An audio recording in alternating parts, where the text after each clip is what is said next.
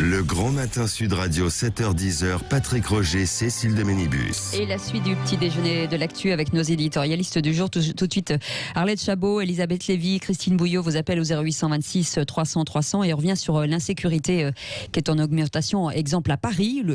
Est-ce que c'est un sentiment ou une réalité? Pour en parler avec nous ce matin, nous sommes avec Pierre Liscia, qui est ancien élu de Paris, membre formation fondée par Valérie Pécresse, Soyons libres, de la droite sociale et réformiste, et auteur du livre La honte chez Albin Michel. Oui, La honte surtout dans Bonjour Pierre Liscia. Bonjour. C'est un livre dans lequel vous dénonciez justement l'insécurité galopante, notamment dans le nord de Paris. Mais on la retrouve un peu, cette insécurité. Alors il y a des endroits où ça va mieux, mais globalement il y a beaucoup de villes. On parlait de Bordeaux, de Toulouse, de Marseille, et puis même d'un tas d'autres villes moyennes, quoi. Et comment elle se concrétisait et elle se concrétise, cette insécurité galopante autour de chez vous? En fait, vous savez, c'est une petite insécurité, si vous me permettez le petit, insécurité du quotidien. C'est vraiment ces grosses incivilités qui pourrissent la vie des habitants. C'est quoi? Alors ça va des simples dégradations, dégradations de voitures, des dégradations de devantures de magasins, des petits vols à l'étalage, jusqu'à des agressions physiques.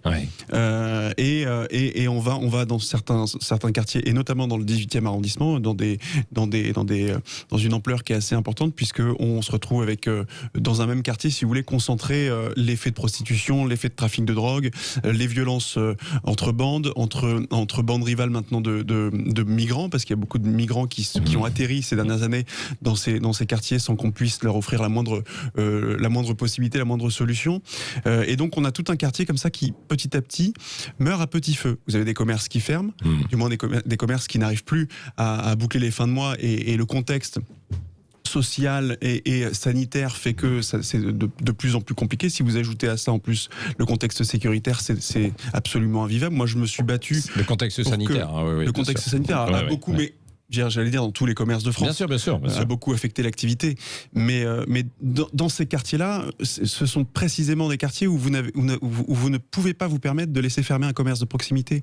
On sait que dans des quartiers en zone sensible comme ça, lorsqu'un commerce de proximité ferme, et il y en a beaucoup, notamment à la Goutte d'Or, notamment dans le nord-est parisien, et dans d'autres villes de France où les conditions sécuritaires sont dégradées, quand vous avez un commerce de proximité qui ferme, c'est une augmentation quasi systématique, quasi instantanée de la délinquance aux abords de ce commerce-là. Alors c'est vrai, c'est ce que nous racontait Guilhem Ricavi, qui était en direct avec nous de Marseille tout à l'heure, où c'est la une de la Provence, le ras-le-bol des habitants du Vieux-Port, pour exactement les mêmes raisons que vous venez de décrire. Face à cela, qu'est-ce qui est fait? Est-ce que vous voyez de la police patrouiller? Est-ce qu'il y a des opérations qui sont menées ou pas? Ou alors finalement, on cohabite avec ça? Vous avez remarqué que je vous ai parlé des commerces de proximité. Ce qui prouve bien que la sécurité dans une ville comme ça, dans une zone dense, dans une zone urbaine dense, ça n'est pas que l'affaire de la police. C'est tout l'environnement qu'il faut sortir de la dégradation.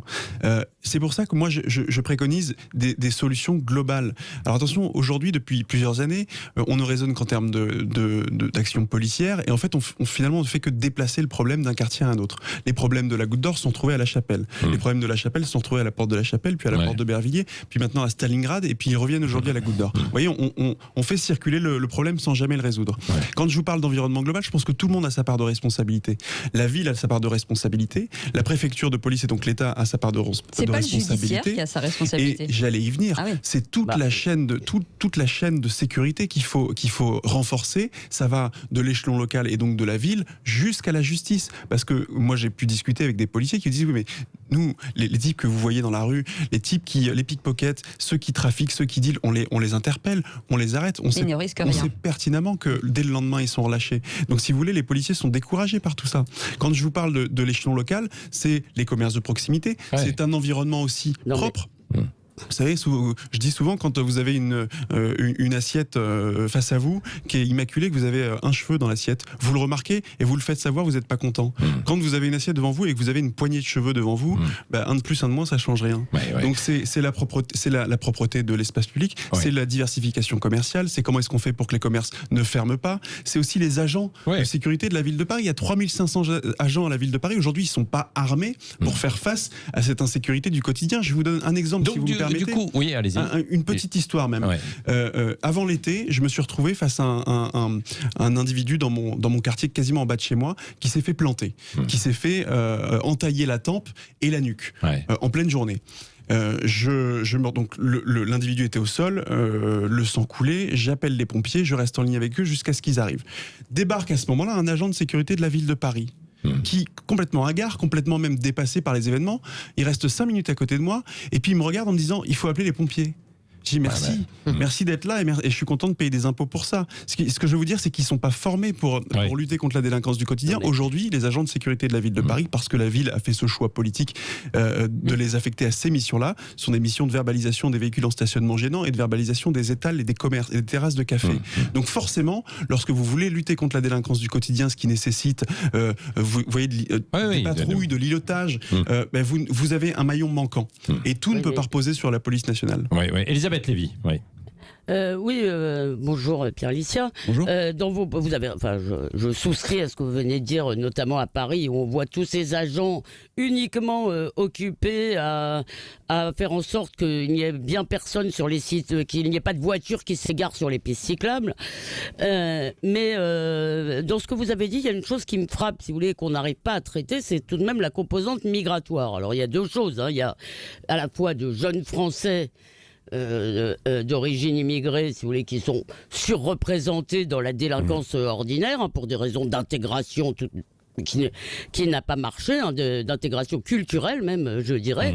Mais vous avez aussi toute cette composante très problématique qu'on appelle les migrants, et maintenant il faut le dire de quoi ils retournent. Ce sont des gens qui ont été déboutés du droit d'asile, donc ce ne sont pas des réfugiés, ce sont des gens à qui on a refusé le statut de réfugié et qui normalement auraient dû quitter nos frontières. Et ça devient un problème assez massif dans certaines zones. Il y a eu un rapport sur la Seine-Saint-Denis disant qu'on était incapable de chiffrer le nombre de gens qui résident en Seine-Saint-Denis à plusieurs centaines de milliers près tout de même.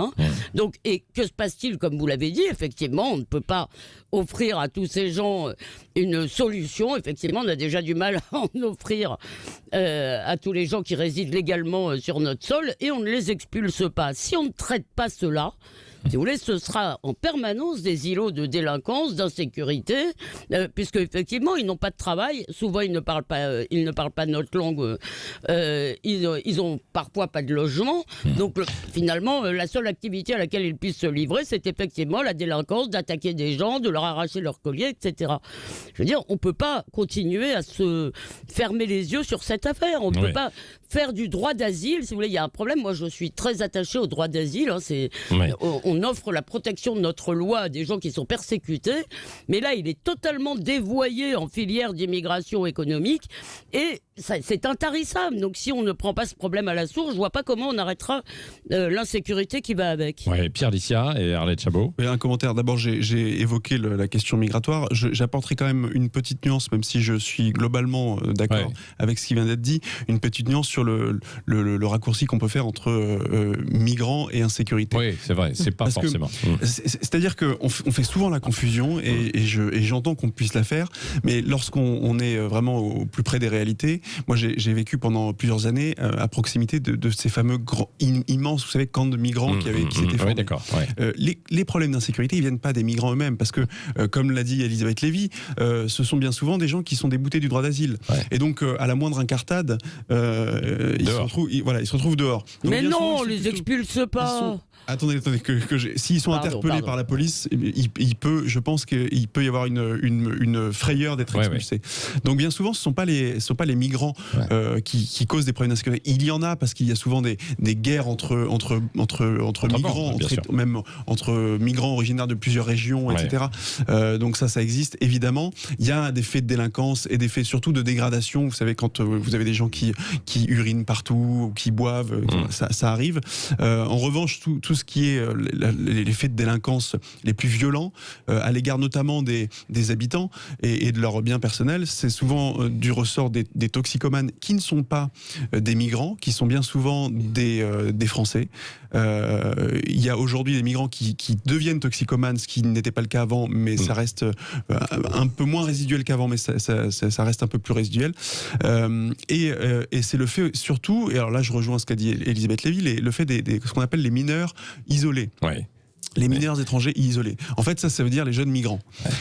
Donc vous avez, et notamment à la Goutte d'Or, et c'est ce qui cause la dégradation de sécuritaire dans le quartier de la Goutte d'Or, quartier Goutte d'Or-Chapelle, c'est le fait que vous avez plusieurs dizaines de ces fameux mineurs isolés qui, pour le coup, se droguent, commettent de nombreux cambriolages dans les commerces ou dans les appartements privés des habitants.